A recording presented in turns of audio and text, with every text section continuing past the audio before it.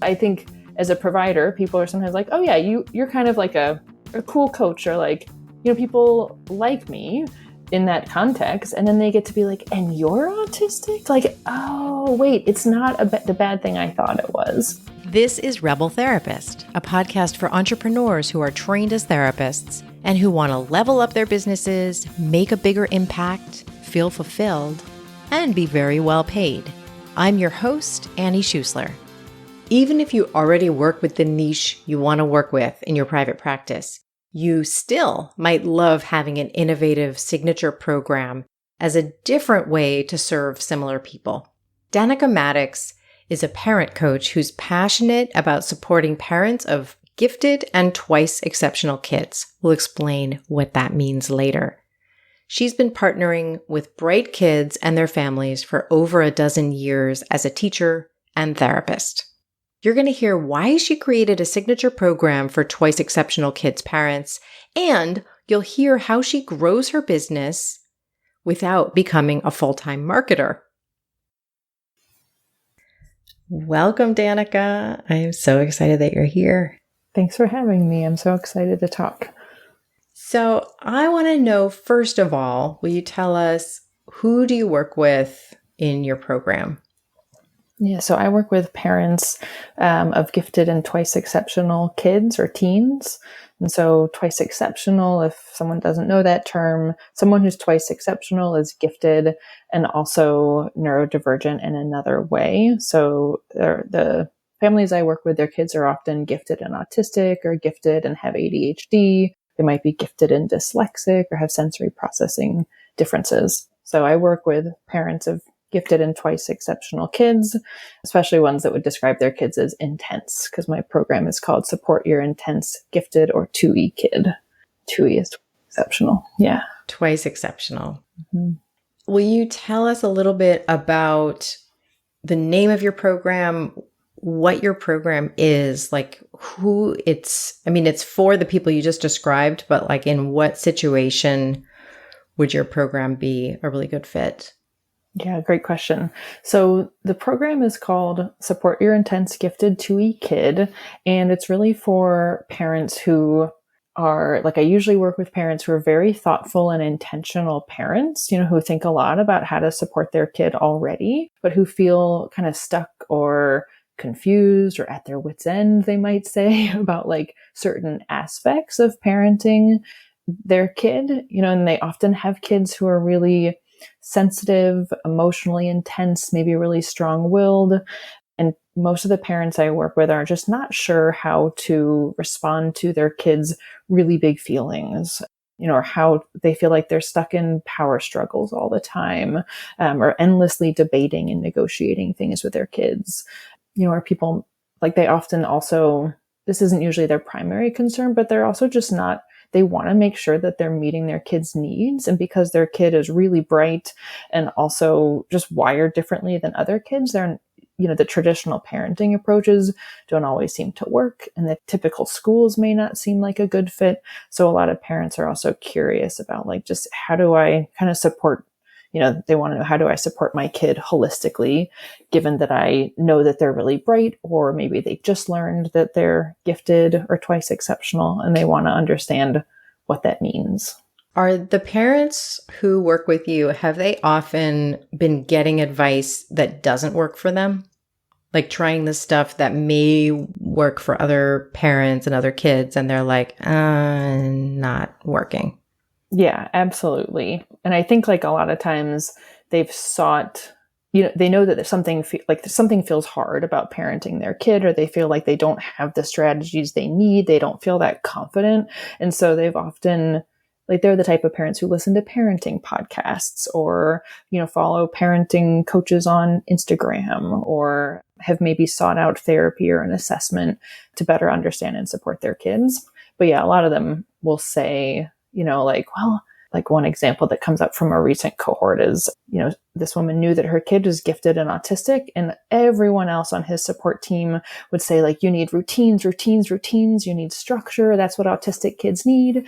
And we talked a lot about, like, actually a lot of gifted autistic kids need some amount of structure, but they also need a lot of autonomy and, like, incorporating more flexibility and chances for them to have choice and for you to follow their needs in the moment, that's actually going to probably work better. And she found that so liberating to have this permission to be more flexible or to kind of follow her kid's lead, and that was a better fit for what he needed. So things like that, or they'll hear something on a podcast or they've read about something and they're like, I'm really trying to have firm boundaries, but when I do, like my kid just explodes, and I don't want them to, like not get what they need, or like, I think they often feel conflicted. Like, I'm trying to set good boundaries. I don't want to be too flexible, but then I can see it's really hard for my kid. Should I be doing something different? There's just like a lot of worries and complexities. Absolutely. And like, I've been in a situation, I just talked to a friend today who was in a situation where she was visiting family with her intense child. And it was kind of a nightmare because she was getting advice and just kind of judgment about, like, if your kid is acting this way, then you're doing something wrong. You're not setting the right limits.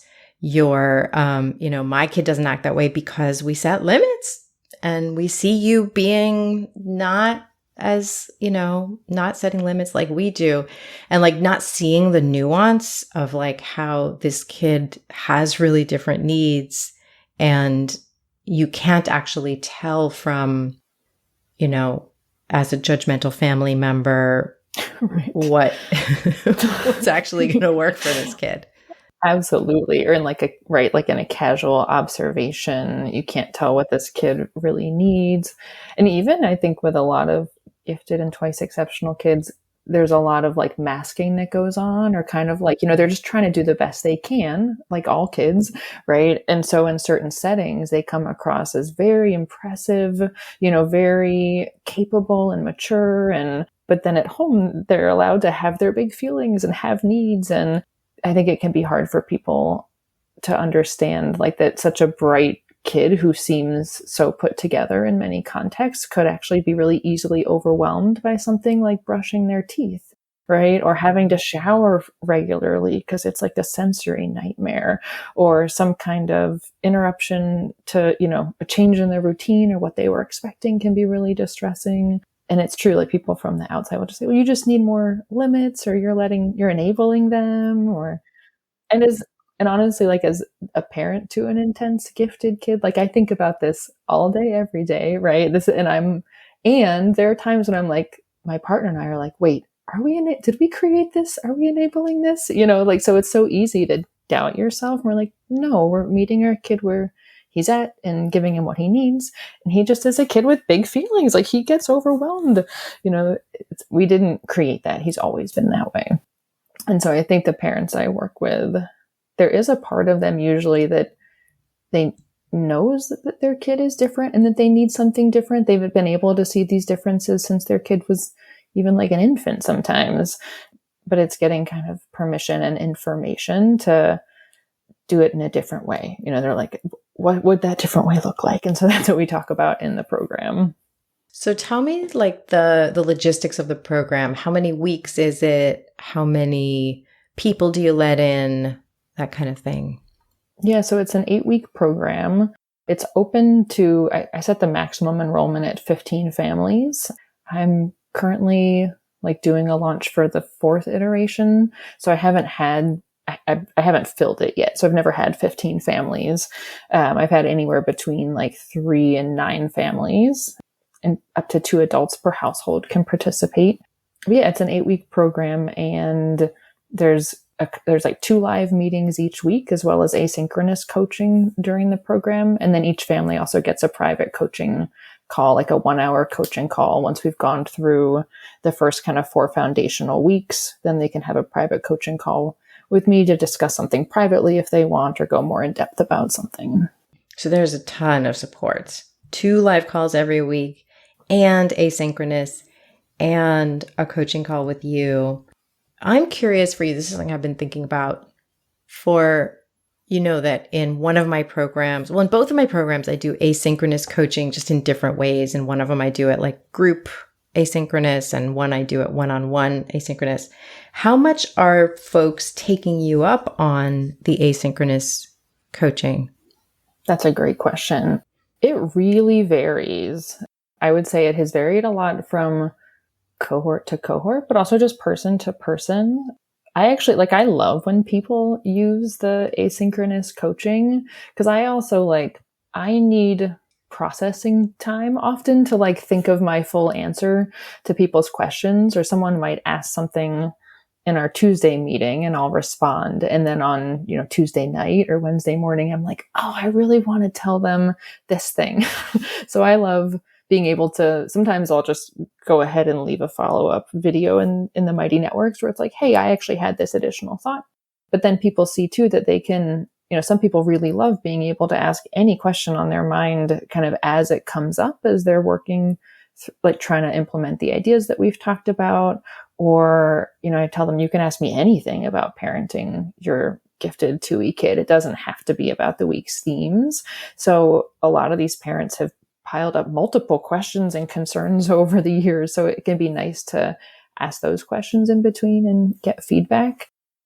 But I would say I have some people who would never use the asynchronous coaching, and then some people who posted multiple questions a week. In my experience, when there's someone in the cohort who is posting those questions, I think a lot of people get more out of the program because then they have the chance to share experiences with each other, and there can be a lot of helpful information sharing and kind of celebration and commiseration, just kind of connection among the parents in that Mighty Networks online space too, which is nice. Oh, cool. So how does your asynchronous coaching work? Is someone asks a question and everyone can see the question and your answer? Yeah. Okay, so that's cool. So they get to benefit, like you said, if someone tends to ask questions, then they may be asking a question someone else didn't even think of yet or hadn't, gotten around to asking. And then, so do they ask it written or over video? We've only done it written so far. So people will write out their questions. And so mostly the participants are writing to one another. And then I post videos for my responses. Although sometimes I'll post a written response as well, if it's easier for sharing some resources or something like that. But yeah, I think it works really well that way. Because I think parents, one example from a recent cohort is one parent was like, okay, I'm just going to ask this because maybe it's relevant. And, sorry, everyone, but we have a hard time with my kid wiping after they use the bathroom, right? And what do we do about that? And then if, multiple people are like, us too, I'm so glad you asked, and people were able to say for us, for my kid, it's a sensory thing or it's a coordination thing. And it's the type of thing that people have never felt like they had the space to talk about before, right? Or that they didn't want to necessarily bring up in another parenting group. And so it's just a great space. And I think when someone brings it up, usually there's someone else who had that question as well, or who can say we actually found something that worked for us and I can share with you. And so people get to share their own kind of lived experience as well. So what are the main themes of the program? You were saying you go through different themes. Yeah. So I've been since I started the program, I've been kind of developing these and getting more clarity around how all the themes fit together. So I think the first 4 weeks, since it's an 8-week program, the first half is really devoted to kind of these 4 foundational guiding principles, I would say. And my goal in creating the program, which kind of grew out of my work in my private practice with families with gifted and twice exceptional kids. And I found myself consulting with parents, but wanting, I could answer their question in our 1-hour meeting, but I really always was I just want to sit you down and tell you all this stuff that if you know this, you're going to feel so much more confident navigating any challenge with your kid. So that's kind of what led to the themes in the program. So the first 4 weeks, we focus on first just understanding gifted and twice exceptional intensity. So it's really kind of understanding what is giftedness, what are the defining characteristics of it?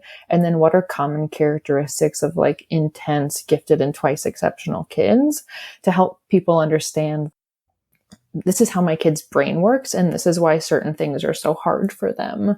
So trying to give like a clear foundation so they can understand where the intensity is coming from in a compassionate way versus just like, my kid is a pain. It's terrible to get them out the door in the morning. It's like, well, they have understanding executive functioning challenges that make the morning routine really overwhelming, or the sensory processing makes getting dressed hard, kind of understanding the foundation.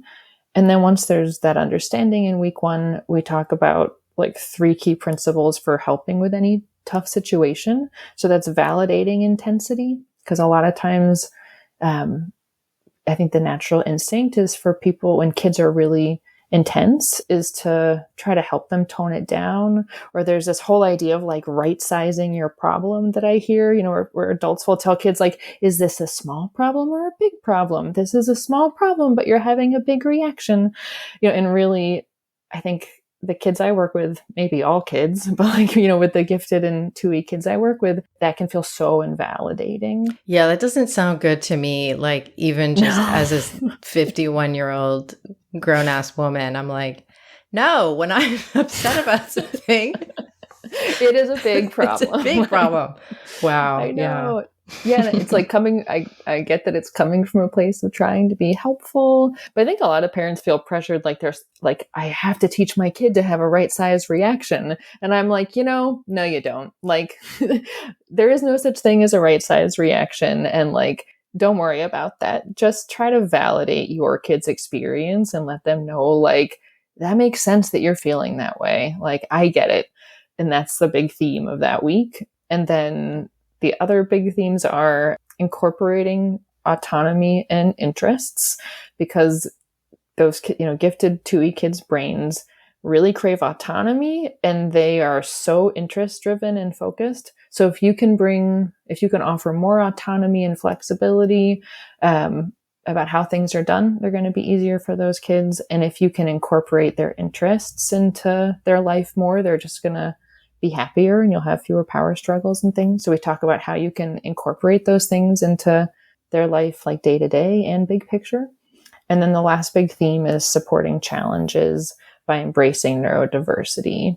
So this idea of really like honoring what's hard for our kids and accepting it is just like a part of how they're wired doesn't fit well with societal expectations or the way the world is set up, and trying to shift the environment to better fit them, instead of trying to get them to fit in with the environment.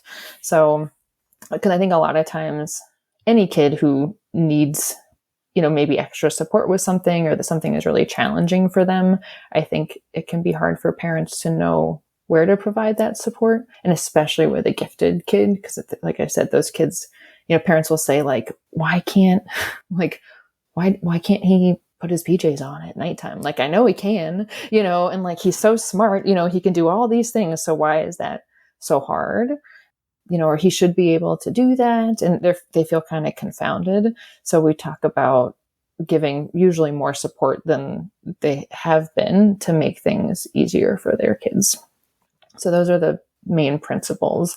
And then we apply all those principles in the next 4 weeks to like how to make school a better fit, how to help with social relationships and build a support system, how to develop resilience. And then the last week is devoted to kind of reflecting on what they've learned and making a plan to take care of themselves and their kid in the next 6 to 12 months. We'll get right back to this episode. I just wanted to pause for a moment to tell you about my offer for therapists and healers who want to expand beyond private practice and launch their own programs. You get to be in a group of driven and open-hearted folks like yourself, and you'll be launching your own pilot program. This all happens in my 10-week container, Create Your Program. Go to rebeltherapist.me/create to learn more. Okay, let's get back into the episode. And how are you finding this program is different from providing therapy to a family? For you and for them, what makes it different? Yeah, it's a great question, especially for me, because in my private practice, I work with a lot of the same population. Like my private practice is focused on supporting gifted and twice exceptional kids and their families. So I think what's different, I mean, obviously this is working just with the parents and not with the kids at all.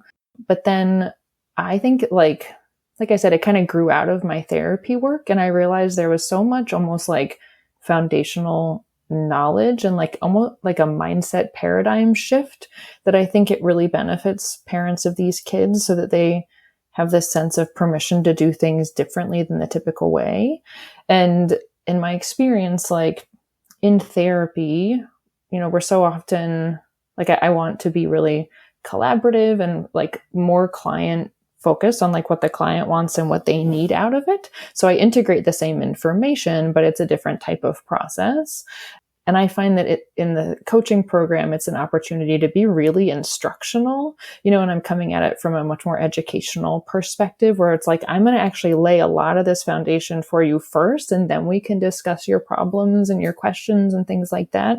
And I even tell people in the beginning, like, I'm going to answer your questions as best I can.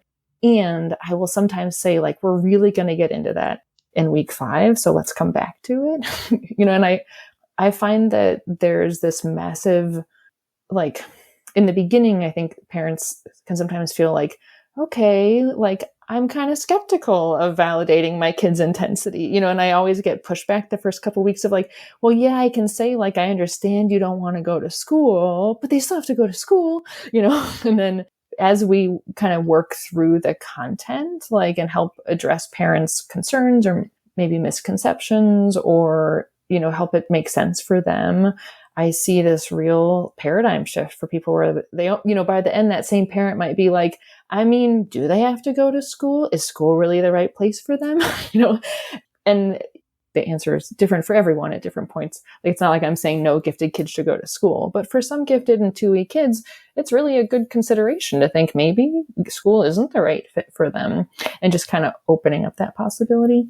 So I think in the program, in some ways, I almost see that transformation happen more quickly because people they're devoting a lot of time to getting this new framework and new understanding.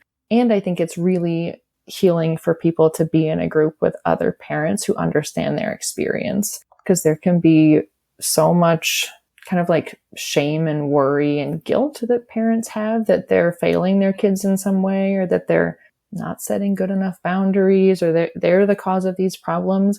And to talk with other families who have the same experiences and who are kind of navigating the same things, I think reduces shame in a way that it's just hard for me to do, is like one person saying like, you're good, you're doing a great job, right? So I think parents really love that opportunity to be in a group with others as well.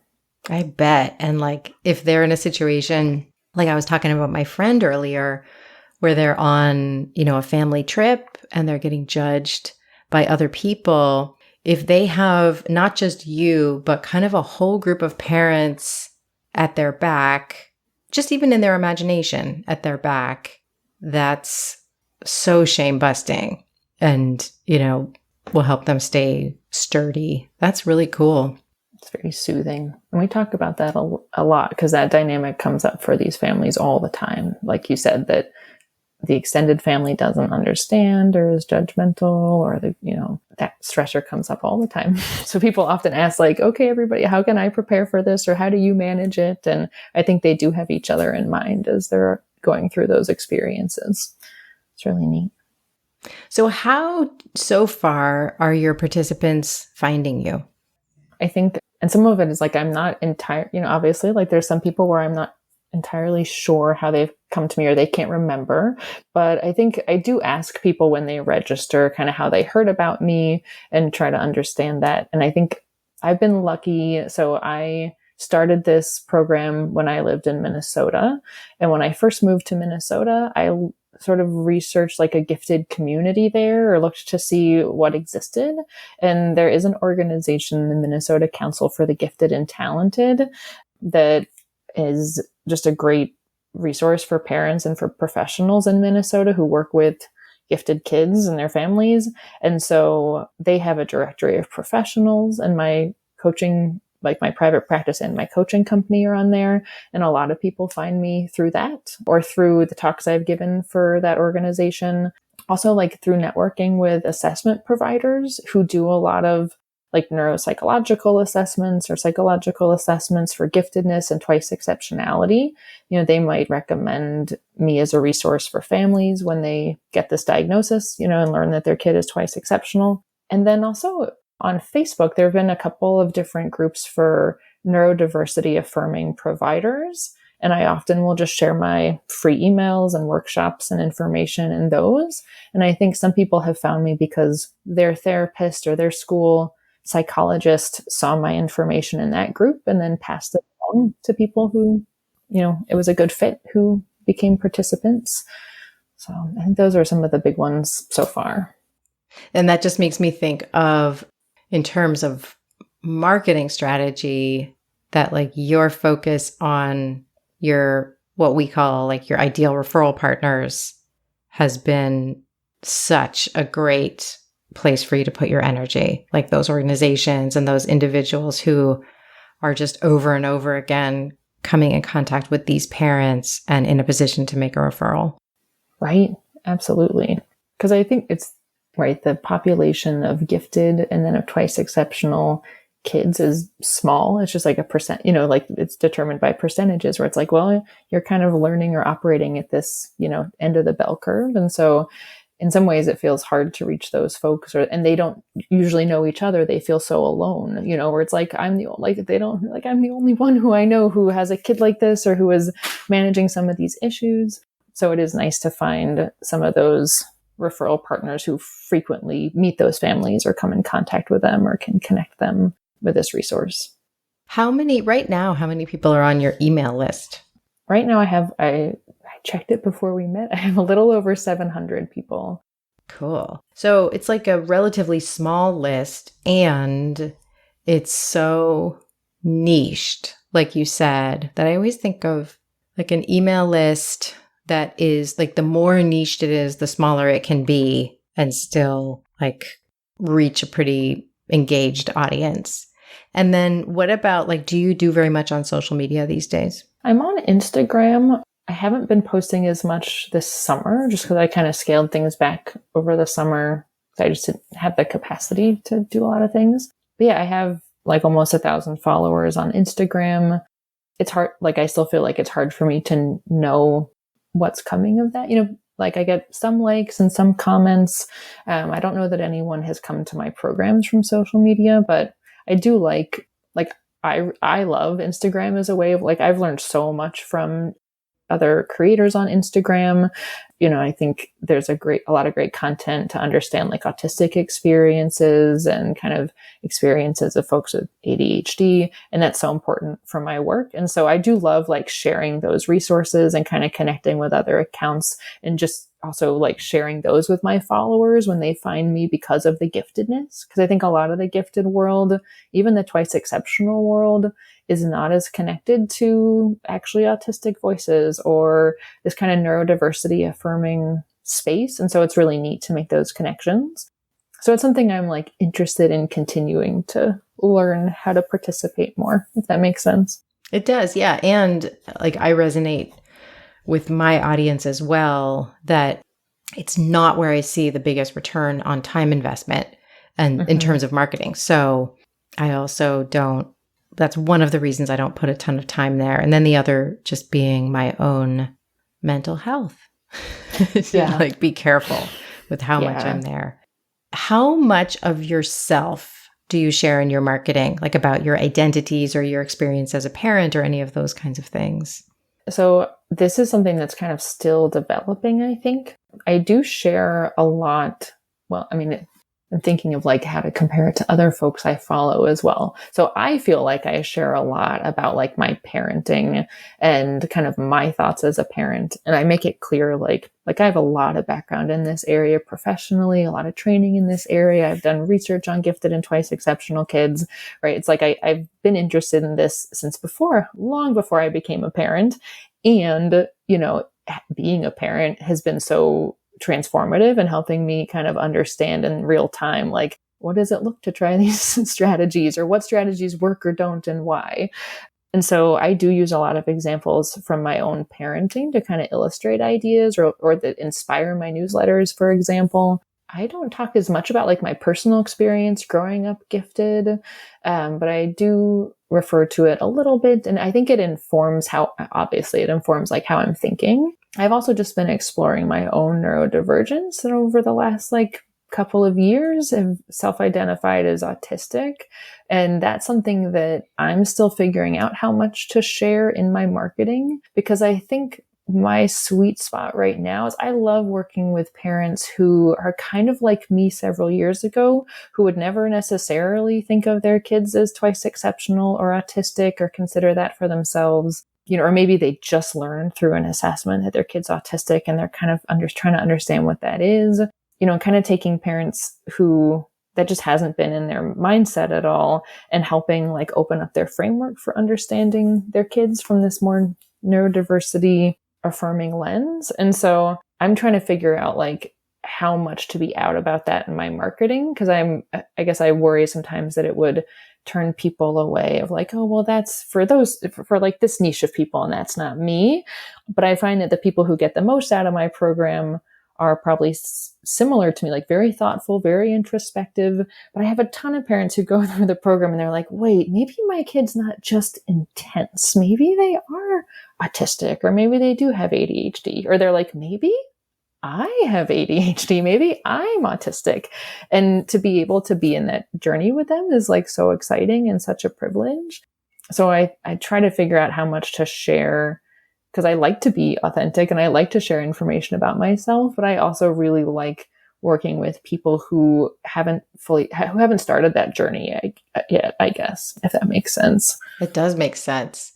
It's like you want to give them room. It's not that you want to hide, but you want to give them room to really find their way. It makes me think of, like Brene Brown's storytelling style is so often to say, all right, I figured out this thing, like, she always talks about shame. So I figured out this thing about shame, or I figured out this thing about vulnerability. And it surprised me, folks. Like, I did not think this was where I was going to end up. Like, she's always doing that, which sometimes irritates me a little bit. But now I'm thinking that's probably really smart for her to like take us back to where she was. Yeah, because she wants to bring people along.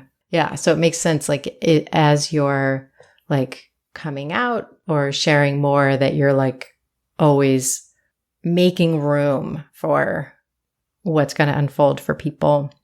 Yeah. And there's this thing, like, in some ways this is like, because we live in an ableist society, right? There's such stigma around autism and such misunderstanding of it.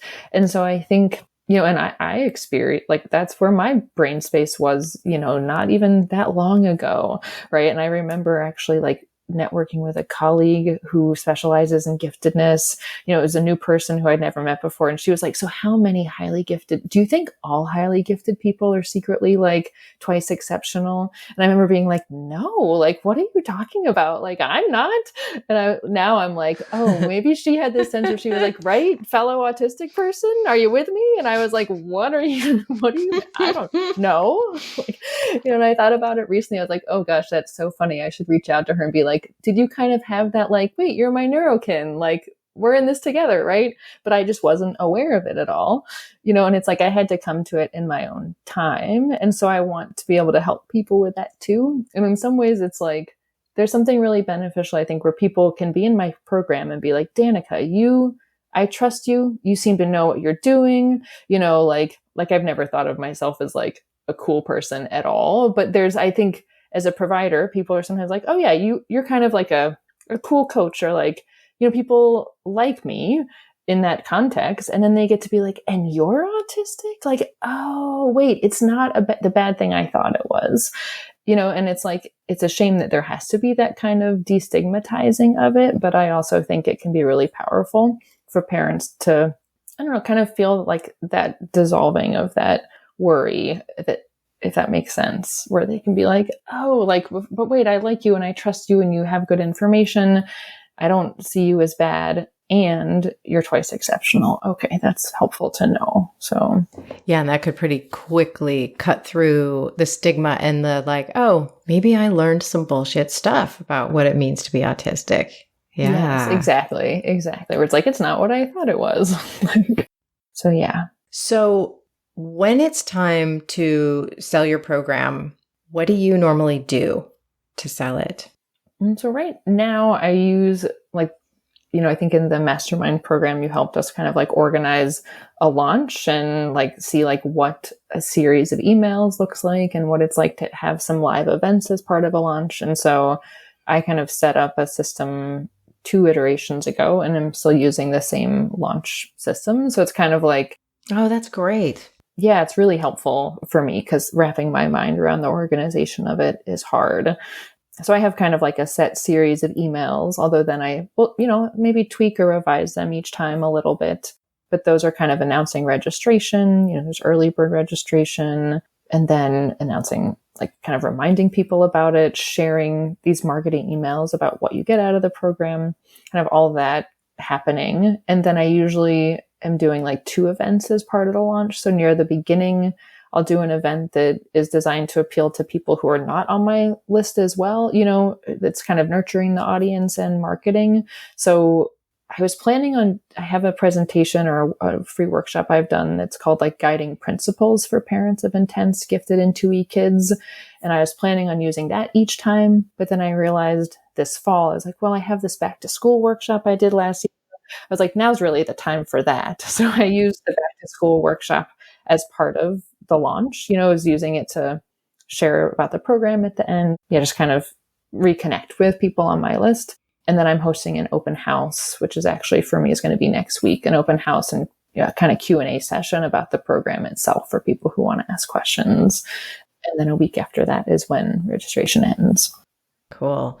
And I'm really glad to hear that you're using that structure every time. I feel like I feel this way, that like as people who are primarily service providers and not marketers, I can't imagine like expecting people to write an entire new Oh my gosh. launch sequence every single time.